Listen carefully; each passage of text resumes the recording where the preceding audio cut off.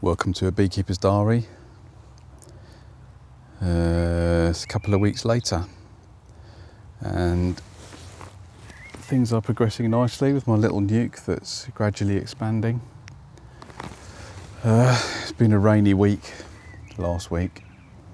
Luckily I had some feed on to help them expand the starter frames that I put in there, the foundation. They're all drawn out nicely and they've taken all that feed down and completely cleaned up the feeder.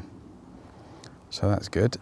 And we're coming in some nice weather now, so hopefully we're in a good position to try and start collecting some nectar from the bramble that's out currently around here. So went through the hive, no swarm cells, no supersedure cells, as sometimes you can expect from installing a nuke. The queen's laying, it's brood in all sizes. Eggs, larvae, capped, emerging. There's drone frames, drone cells hatching. So that's good. So I've put a queen excluder on to stop the queen from getting up into the frames we want to use to collect the honey. And then put our first super on. Normally this time of the year I'd have been already extracted quite a lot of honey, but here we are starting again, so maybe we'll get some honey this year. That'll be good. Keep some of my customers happy.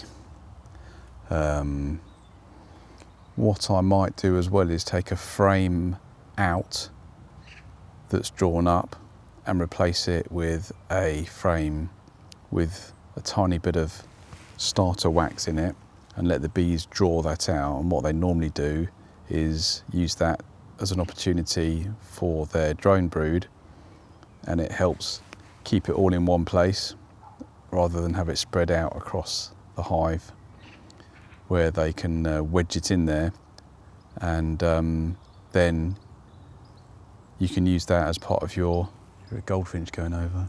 You can use that as part of your Varroa management, in that the Varroa prefer the drone cells because they take longer to emerge, gives them more time to prey on the larvae.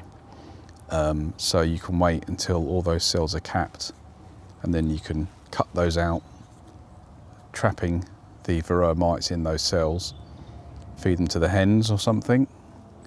I'm sure it disrupts the balance of the hive, but it's preferable to a high Varroa load. So that is one way you can help manage your Varroa load, and it stops your normal brood frames getting messed up with drone cells, which are a bit larger, all over the place.